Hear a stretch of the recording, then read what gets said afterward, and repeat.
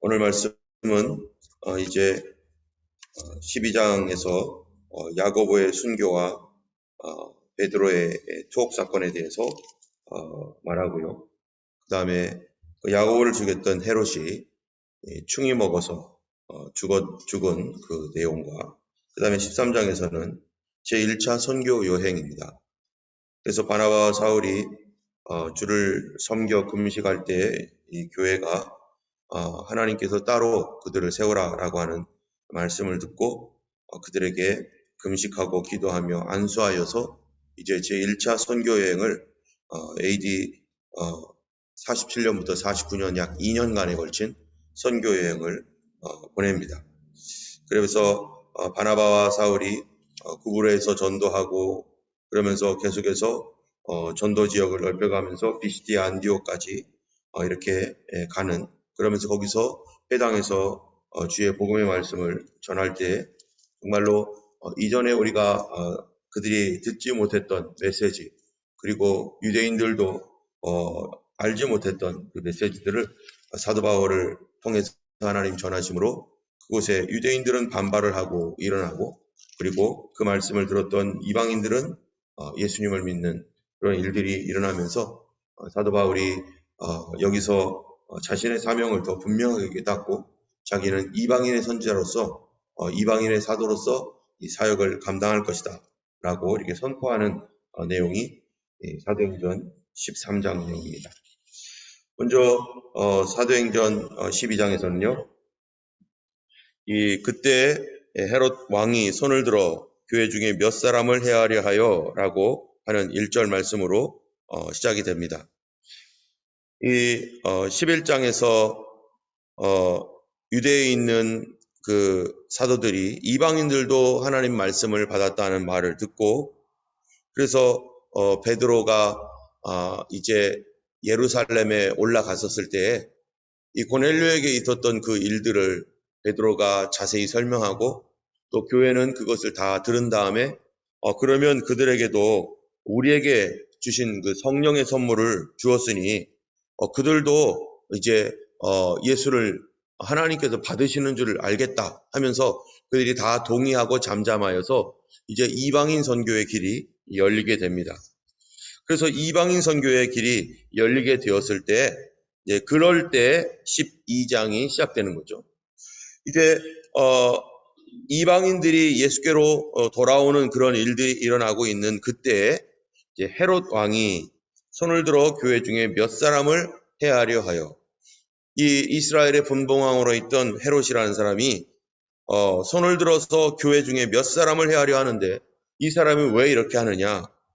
왜 이렇게 하냐면요, 이 3절에 보니까 유대인들이 이 일을 기뻐하는 것을 보고, 그러니까 헤롯이 에돔 족속으로서 이스라엘의 왕이 되어서 대왕 헤롯이라는 사람이, 그래서 그 아들들이 다 헤롯이라는 이름으로 이렇게 이제 분봉왕으로 내려오는데, 이 유대인들에 대한 어떠한 그 지지 기반이 약한 이 헤롯은 항상 불안할 수밖에 없는데, 유대인들에게 좋은 그 인상을 받아야 되고 유대인의 지지를 얻으려면은 어떻게 해야 될까? 그러다가 자기의 정치적인 이유를 위해서 그 유대인들이 싫어하고 있는, 지금 한참 센세이션을 일으키고 있는 나사렛 예수파 이 사람들을 가둬야겠다. 그래서 그 사람들을 가두고 그 중에 베드로와 야고보가 갇혔었는데요.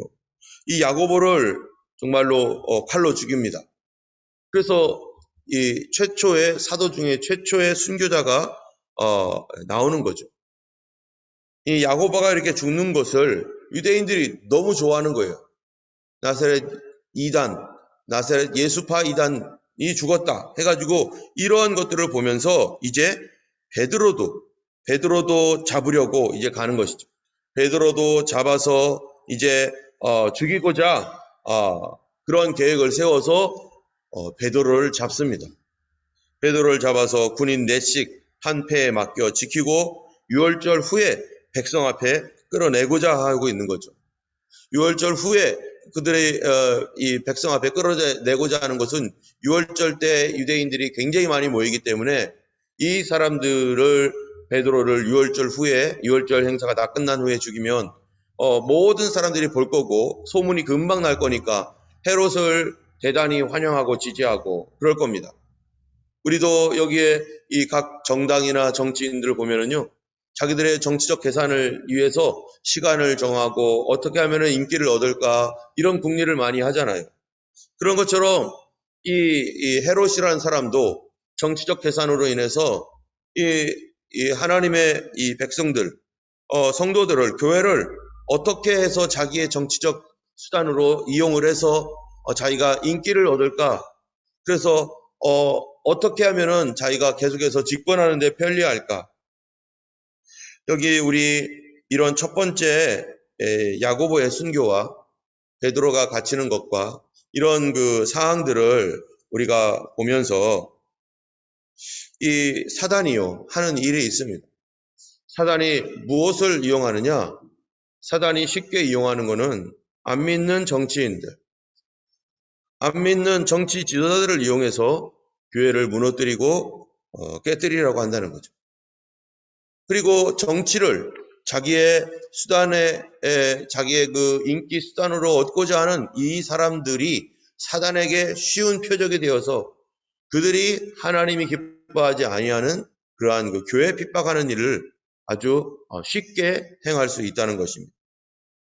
때문에 교회는요, 이 세상에 정말로 임금들과 지도자들 이런 사람들에 대하여 어떻게 해야 될까요? 교회가 무관심하고 그들이 뭐 하든지 우리는 상관하지 마. 우리는 그냥 우리끼리 열심히 예수 믿으면 돼. 이런 태도를 가져야 될까? 정치 지도자들이 사단의 손에 의해서 자기의 목적과 그 사단의 생각이 맞아떨어져 나가니까 그렇게 돌아간다면 여러분 이 땅에 있었던 수많은 핍박이 어떻게 일어났습니까? 누구 때문에 일어납니까? 첫 번째로 일어났던 이 핍박도요. 이 헤롯 왕이 정치 지도자로서 왕으로서 유대인들의 환심을 얻기 위해서 교회를 핍박하는 일을 합니다. 그러니까 사람들이 좋아하죠. 이 사람들이 원하는 하나님의 교회를 박멸하고 하나님께서 세운 그 주의 종들을 바른 종들을 핍박하는 그런 일들을 세상은 좋아해요. 그래서 그러한 것들이 윤리적이고 도덕적이고 하는 어떠한 그런 사람들을 특별히 더 사용하기도 합니다. 여러분 우리가 이 명상록을 쓴 아우렐리우스라고 하는 황제가 있죠. 이 아우렐리우스 황제는 스토아 철학에 굉장히 심취했던 그러한 그 로마의 황제입니다. 그 사람은 전쟁을 하면서 그 가운데서 자기의 평정심을 잃지 않고 정말 그 좋은 마음, 그 스토아 철학이라고 하는 그러한 그 학풍은 이 아타락시아라고 하는 이 불교 용어로 말하면 해탈과 같은 건데 이러한 자기 자신을 이게 벗어나서 평온함을 유지하고 어떠한 상황에서도 이 평정심을 늘 갖는 그러한 것들을 추구했던 아주 괜찮은 왕입니다. 황제예요. 그래서 그 사람의 이 명상록이라는 것이 오늘날까지도 황제가 쓴 명상록인데 이것이 오늘날까지도 많은 사람들에게 읽히는 아주 좋은 작품으로 있는데 그런데 이 사람이 그리스도인들에게는 어떻게 했을까요? 그리스도인들에게는 교회를 핍박하고 잔해했던 사람입니다. 인격적으로 훌륭하고 괜찮은 사람이에요. 다른 사람에게 잘해주고 나름대로 자기의 어떤 소신이 있는 그리고 이 국가 지도자로서 잘해보려고 하는 사람인데 그리스도인에게는 잔악한 그런 사람들이 얼마나 많습니까? 또 보통 우리가 생각할 때 네로처럼 이 교회를 핍박하고 교회를 싫어하는 사람들은 이 악한 사람일 것이다. 그 사람들은 사악한 존재일 것이다 라고 생각하지만 네로도 정치지도자로서 60년대에 자기가 그 로마 시내에 불을 내고서 그거를 뒤집어 씌우기 위해서 그리스도인들을 이 희생제물로 삼아서 그때 어마어마한 핍박이 났죠. 그런데 이러한 이 네로라든지 이런 그 많은 그 핍박자들, 로마 황제들 중에서 군인이라든지 이런 그 핍박자들이 많이 있었지만 그런데 이런 사람들이 다 사악하고 또 인격적으로 모간하고 막 이런 사람이었는가? 꼭 그런 것도 아니었던 거예요. 조금 전에 얘기했던 아우렐리우스 같은 사람들, 이런 사람들은 꼭 그런 사람도 아니었어요. 또 이 땅에서 예수님 믿는 그러한 사람들을 싫어하고 핍박하는 이런 사람들이 그 왕이 아니더라도 일반 사람들 중에서라도 성격이 아주 괴팍하고 못된 사람들인가? 꼭 그런 것도 아니에요. 선한 사람도 있고요. 마음이 윤리적으로 도덕적으로 착한 사람도 있습니다. 그런데 이런 사람들을 통해서 사단이요. 무엇을 하느냐? 이 교회를 핍박하는데 어떤 식으로 핍박을 하는가? 교회를 핍박하는 그 강력한 이유가 있어요. 여러분 그 정치 지도자였던 누굽니까? 빌라도도요. 예수님 놓아주려고 했는데 왜 예수님 죽입니까? 결국 자기 목적 때문에, 자기 이익 때문에, 정치 지도자가. 그런데 이 사람들이 그렇게 예수님을 죽이는 것은 예수님을 믿는 사람을 죽이고 예수님을 십자가에 못 박아 죽였던 그 원인에 대해서 성경은 계속 얘기하고 있습니다. 사도행전에서 계속 얘기하고 있는 게 뭐냐면은 27절에 보면 13장 27절에 보면은 뭐라고 하는가? 여기 보면 이렇게 말해요. 예루살렘에 사는 자들과 그들 관리들이 예수와 및 안식일마다 외우는 바 선지자들의 말을 어떻게 해요? 알지 못하여 예수를 정죄하여 선지자들의 말을 응하게 하였도다. 여기 보니까 왜 죽였느냐? 예수님을 왜 죽였어요? 알지 못하여. 무식하다는 거예요. 무지하다는 거예요. 사단이 쓰는 방법 중에 가장 강력한 방법이 뭐예요? 무지하게 만드는 거예요. 성경 말씀 모르도록 만들고 하나님 뜻 이해하지 못하도록 만들어서 무지하게 만들면 자기가 죄를 지어도 뭐가 없어요?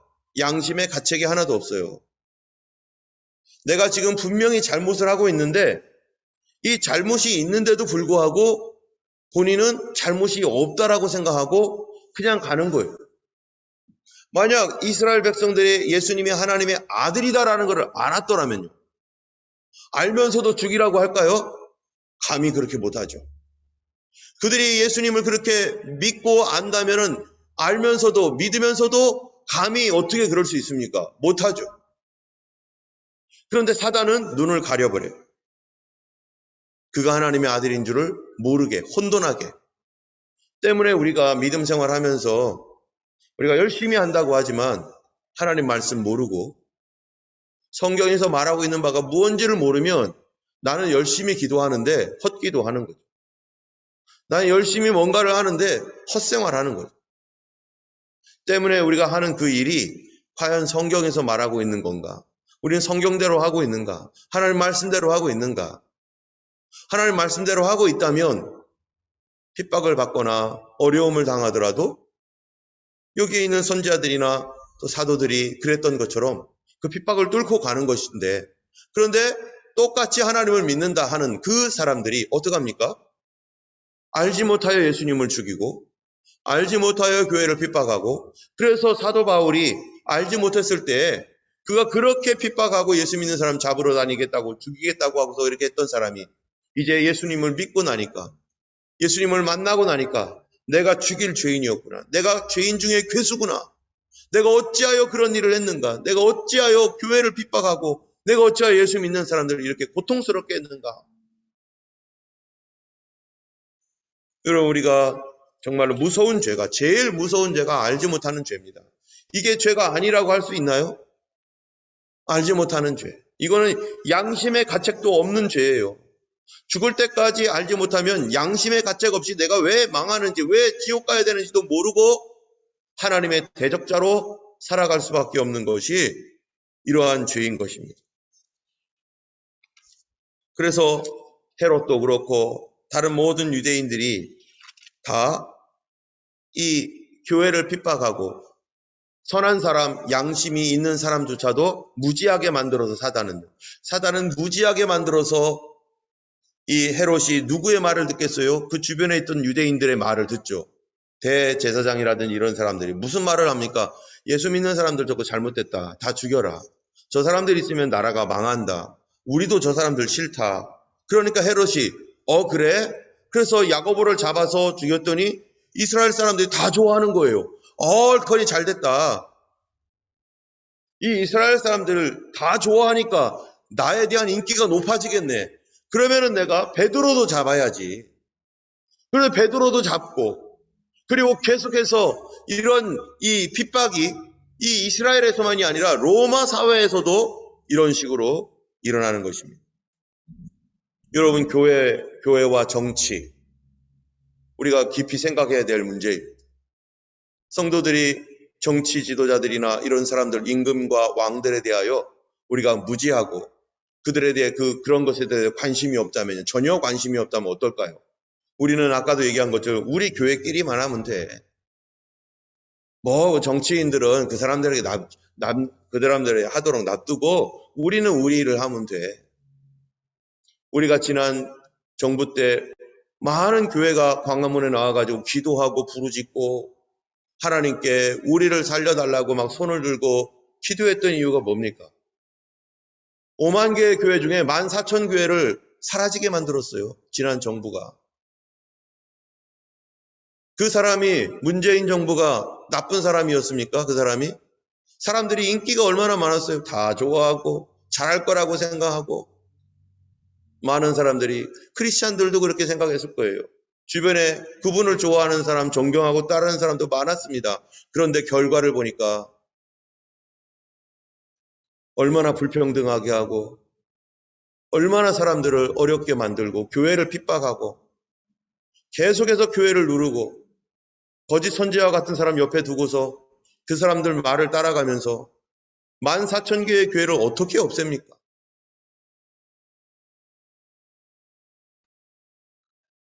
이런 일들을 하는 사람들이 나쁜 사람이냐, 악한 사람이냐? 아니라는 거예요. 악하고 나쁜 게 아니라 무지하고 그들의 무지를 이용해서, 여러분 새롭게 들어선 정부도 마찬가지입니다.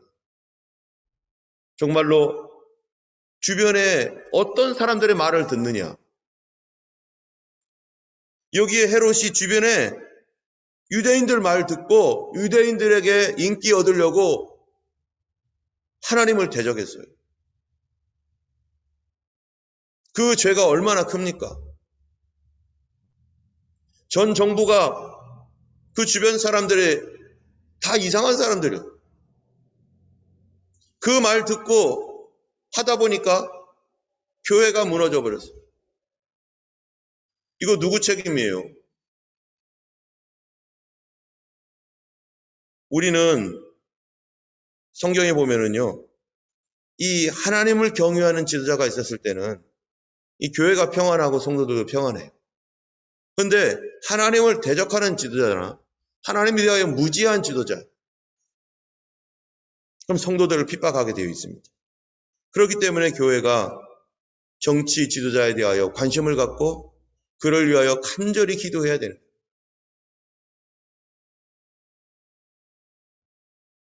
하나님의 뜻은요, 반드시 사람이, 이 하나님의 뜻을 받드는 사람이, 그런 사람이 반드시 지도자가 되고 또 이 대표가 될 수 있도록 우리가 기도해야 됩니다. 여러분 성경에도 보면은 사울 누굽니까? 정치 지도자 아니에요? 이 사람이 다윗을 핍박하죠. 다윗도 누굽니까? 정치 지도자죠. 이 사람이 하나님을 경외함으로 하나님의 성전이 온전해지고 또 그를 통해서 성전이 세워지는 기초가 세워지고, 솔로몬이라든지 이런 사람들 다 북이스라엘 남유다에 왕들이 있고 다 이렇게 지도하고 있지만, 그런데 그 왕 옆에 누구를 두었는가? 선지자하고 제사장을 두어서 이 정치 지도자를 돕도록, 그래야 그가 바른 정치를 하고 백성들을 사랑해서 바르게 할 수 있도록 옆에 선지자들과 제사장을 두었습니다. 그런데 이 선지자와 제사장이 이 왕을 견제하면서 왕이 하나님 말씀 앞에 바르게 설 수 있도록 이렇게 잘 도울 때는요, 그 나라가 평안하여 든든히 서가지만, 그런데 왕이 이 선지자와 이 제사장을 핍박할 때는요, 이 이스라엘이나 유다 안에서도 엄청난 칼바람이 불니다. 또는 왕과 선지자와 제사장이 서로 결탁해가지고 함께 타락해버리면 그 나라 완전히 무너지는 거죠. 이스라엘이 왜 무너졌습니까? 유다가 왜 무너졌습니까? 정치 지도자와 종교 지도자가 결탁을 해가지고 함께 부패해버렸어요. 그러니까 나라가 무너지는 거예요.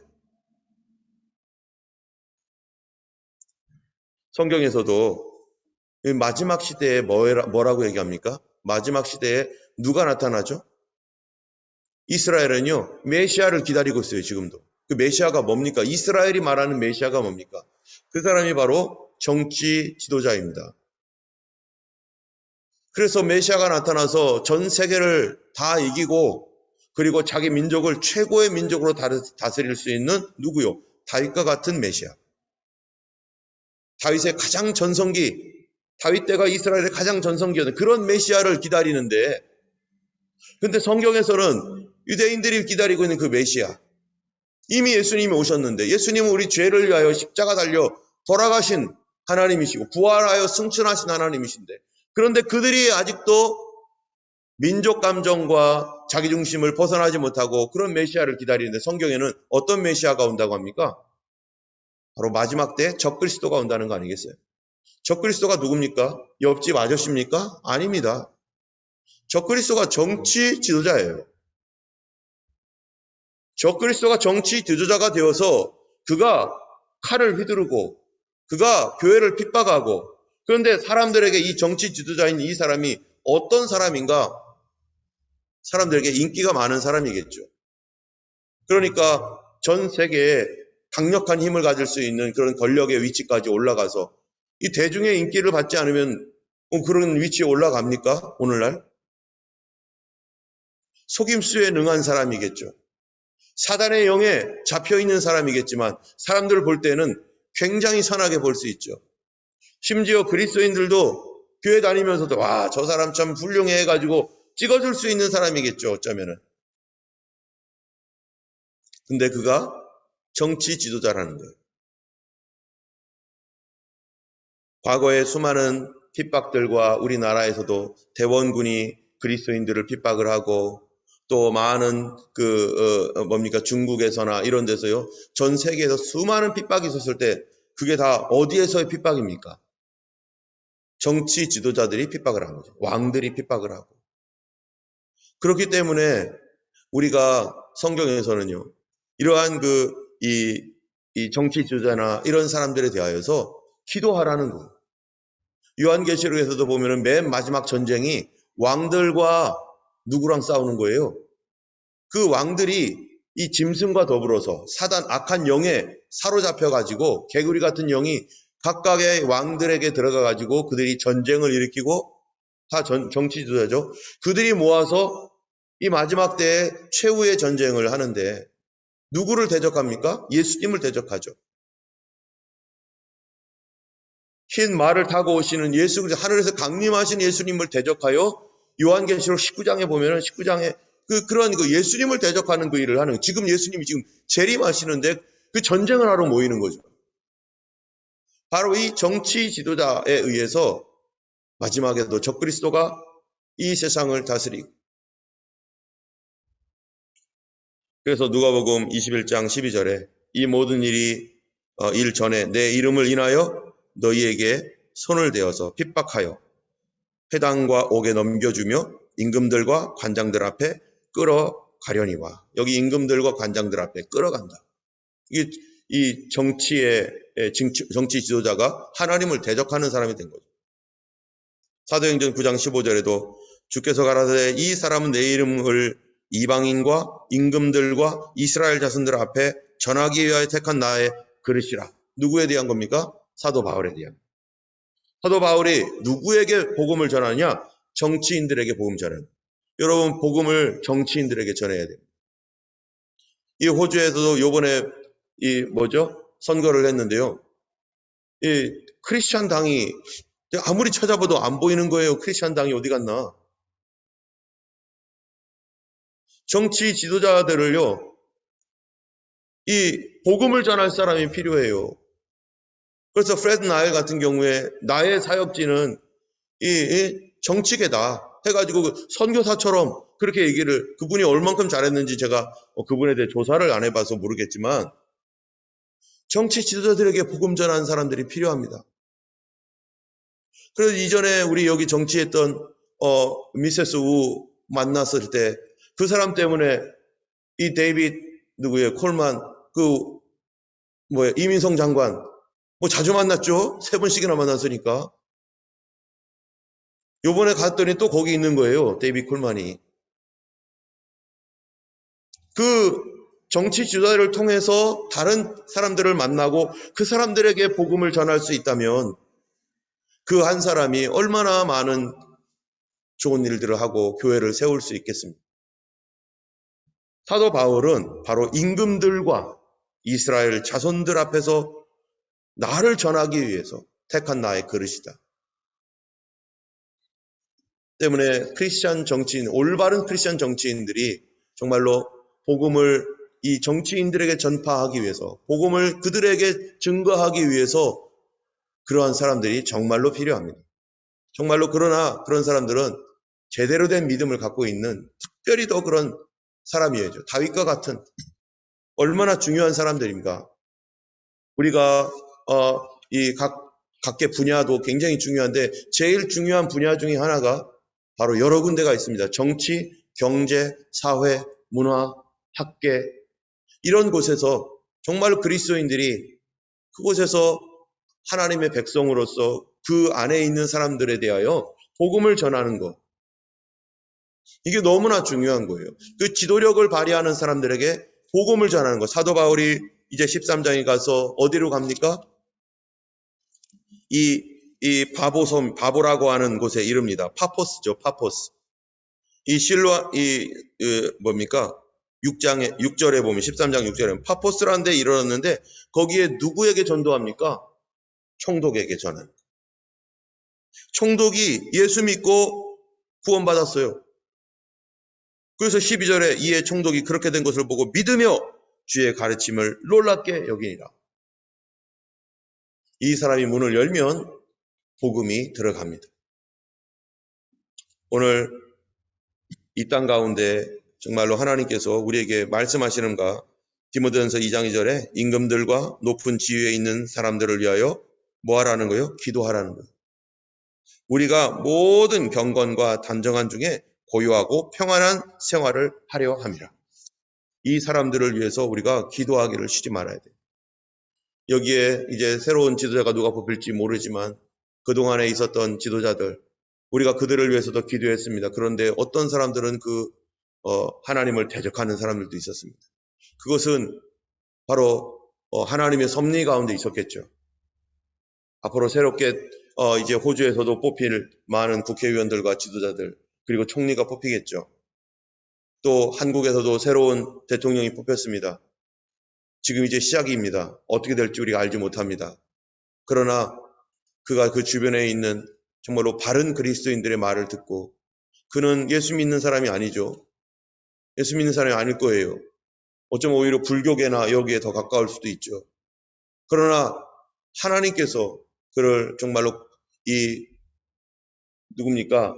이 고레스처럼 다른 종교를 갖고 있을지라도 고레스처럼 사용해서 교회를 다시 일으키고 바르게 정말로 하나님의 그 가치가 대한민국 땅에 이렇게 바르게 내릴 수 있도록, 우리나라의 가치, 이승만 대통령이 가장 먼저 최초에 했던 그 마음, 그가 잘했건 못했건 그의 마음은 이 한국이 정말 미국과 같은 기독교 국가 되는 게 그의 소원이었어요. 그가 독재도 했고 뭐 이런 잘못한 것도 많이 있었지만 그런 가치에 의해서 헌법이나 이런 것들이 제정이 되어지고 많은 것들이 그 안에 들어갔었는데 하나님께서 그 섭리하신 줄 압니다. 그렇다면은 그러한 하나님의 섭리 안에 우리나라 법 안에 들어가 있는 신앙적인 어떤 이런 것들과 미국을 통해서 받았던 이러한 기독교적인 어떤 영향들이 우리나라에서 계속해서 하나님 중심으로 교회를 세우고 또 하나님 영광을 드러내는 그 일에 계속해서 지켜나갈 수 있도록, 그가 믿는 사람이고 믿지 않는 사람이고 하나님은 어쨌든 그들을 사용하실 거니까 주변에 있는 그리스도인들을 위해서도 기도해 주시고 하나님 앞에 바르게 하나님 앞에 설 수 있도록 이 호주 땅도 위에서 하나님 역사하여 주시도록 그것이 우리 이 땅을 살아가고 있는 우리의 또한 책임인 줄로 압니다. 같이 함께 이 땅을 위해서 기도하기 원합니다.